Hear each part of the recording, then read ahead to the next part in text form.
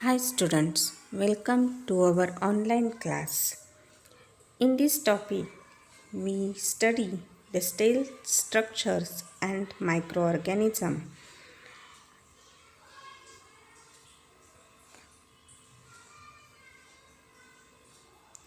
Today's point, definition of cell as well as measurement and observation of the cell.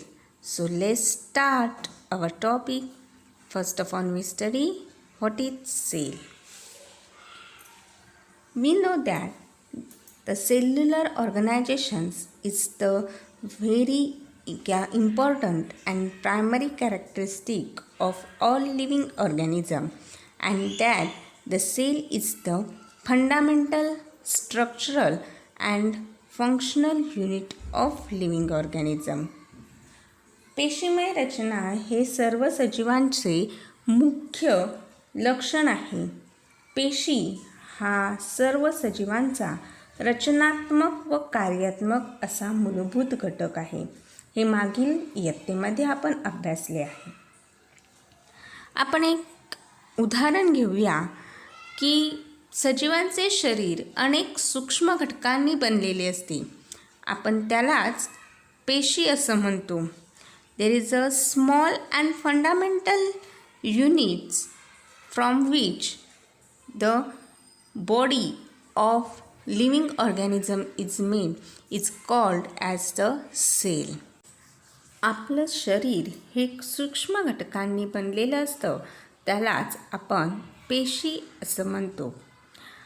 सजीवांच्या रचनेनुसार पेशी ही वेगवेगळी असते आणि तिची संख्याही वेगवेगळी असते. वनस्पतीमध्ये आणि प्राण्यांमध्ये असणारी सजीव रचना किंवा पेशी रचना ही वेगवेगळी आहे आणि त्यामुळे प्रत्येक सजीवाच्या शरीरामध्ये किंवा शरीररचनामध्ये कार्यात्मक आणि रचनेमध्ये सुद्धा पेशी हा घटक महत्त्वपूर्ण भूमिका बजावत असतो. Cell is the fundamental unit of our body. Consider the one example, that is the word amoeba. Look here, amoeba हा एक शब्द. amoeba हा शब्द अ पासून तयार झाला, म्हणजे अ हे अक्षर, अमिबा हा एक शब्द झाला. असेच असंख्य शब्द एकत्र आले की एक सेंटेन्स तयार होतं. फॉर एक्झाम्पल, इथे मी मराठीमध्ये दिलं आहे बघा, अमिबा हा एकपेशीय सजीव आहे. Amoeba is the unicellular organism.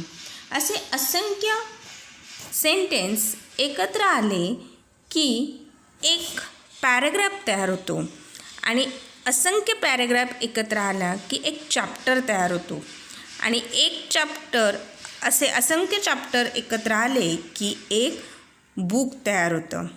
As like our body consist the single cell. From that the cell come together and made tissue. Different tissues come together and make a one organ.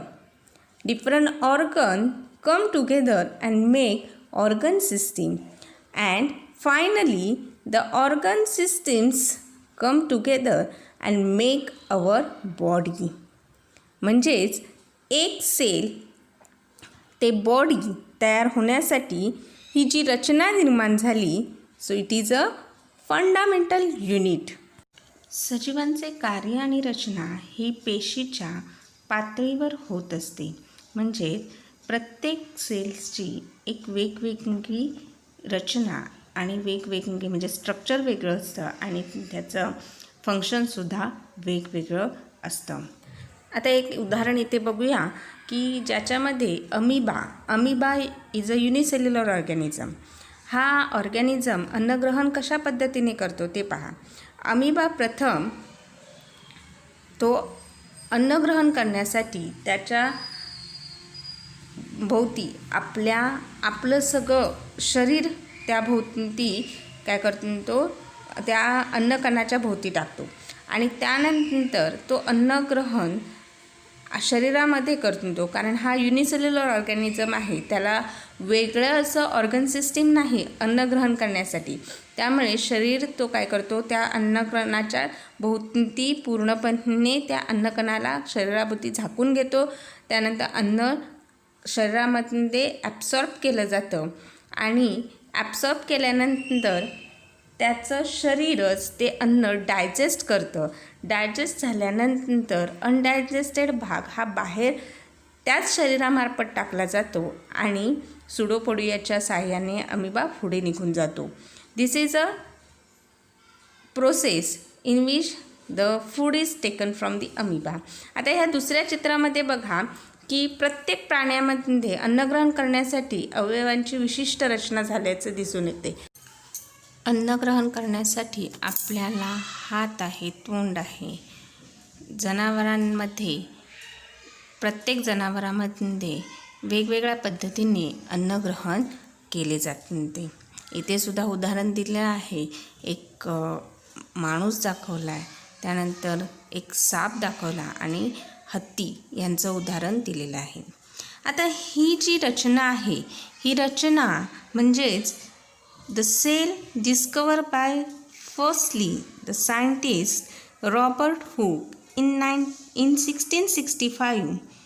He observed a thin section of cork under a microscope. Robert Hooke या शास्त्रज्ञाने 1965 मध्ये बुचाच्या झाडाचा पातळ काप घेऊन सूक्ष्मदर्शिकेद्वारे त्या कापाचे निरीक्षण केले. He saw a hexagonal compartments like those of bee hives. इथे बघा हनीबीचं जसं पोळं असतं, आपण मधमाशांचं पोळं आपण म्हणतो, त्याप्रमाणे रचना दिसली. चित्रामध्ये तुम्ही पाहू शकता की मधमाशांचं पोळं ज्याप्रमाणे असतं त्याप्रमाणे ही रचना आहे. आणि ही रचना म्हणजे these hexagonal compartments which is like the bee hives.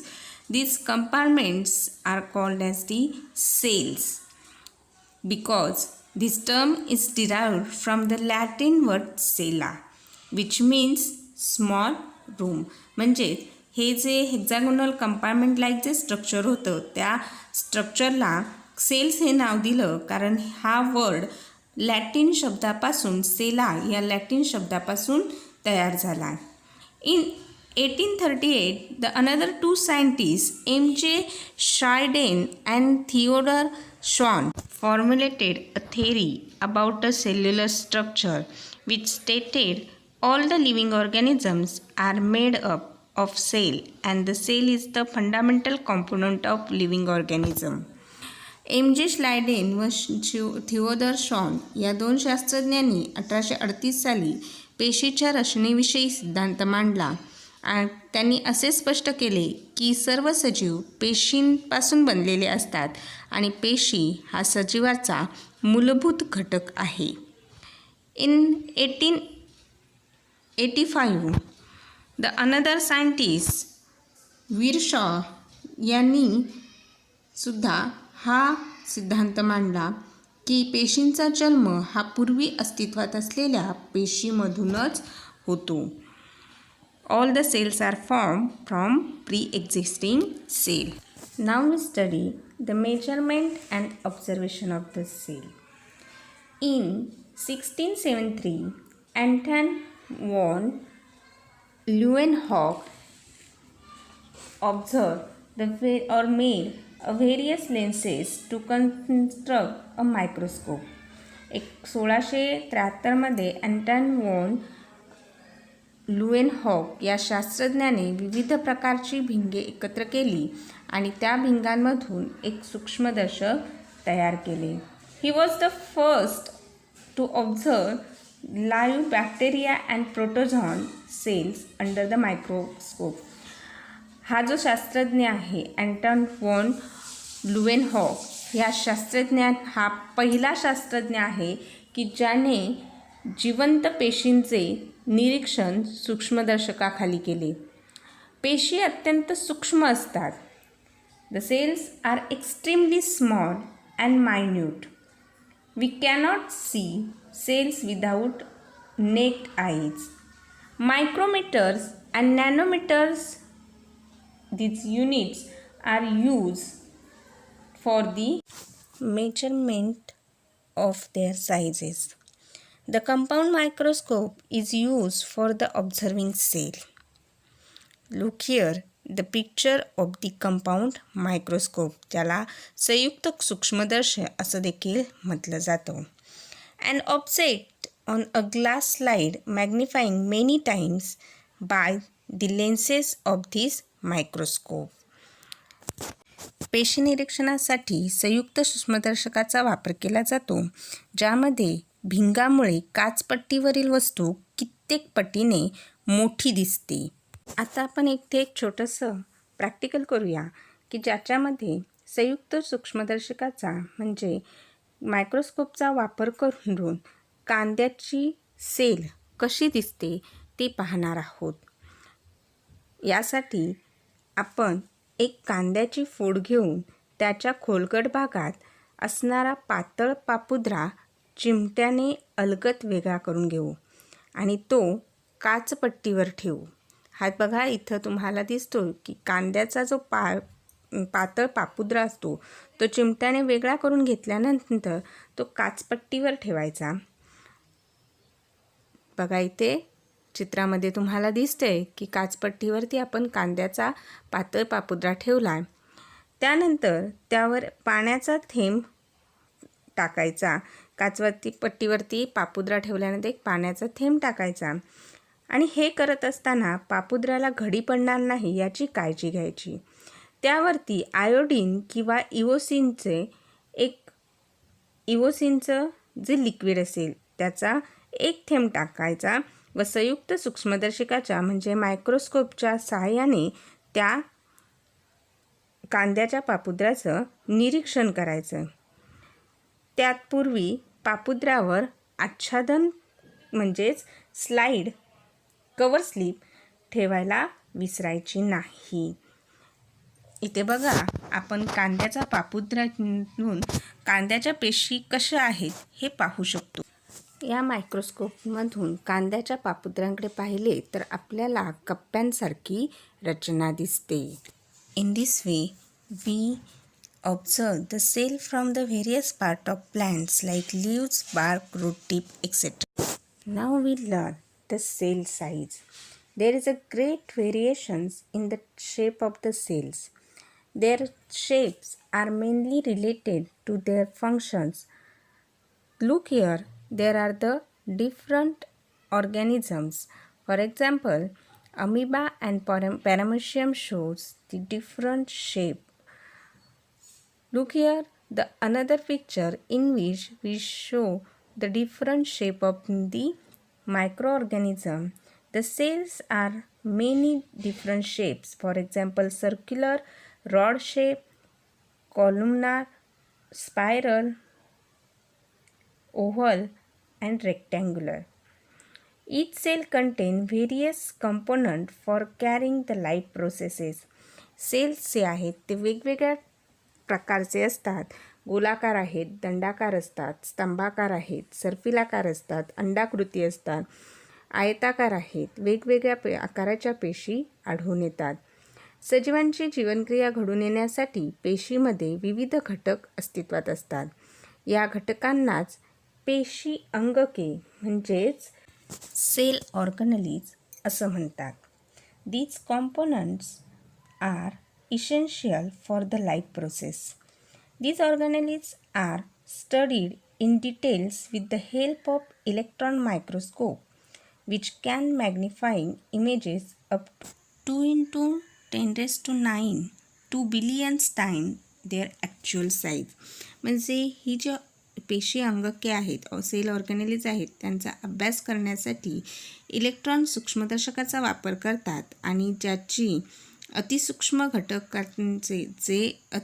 घटकाच्या प्रतिमेचे वर्धन करण्यासाठी 2 अब्ज पटपर्यंत अशी मोठी प्रतिमा अभ्यास करताना दिसून येते. There are mainly 2 types of the cell, animal cell and plant cell. In next lecture, we study about the details information of the animal cell and plant cell and their cell organelles. Okay, so see you. Bye bye.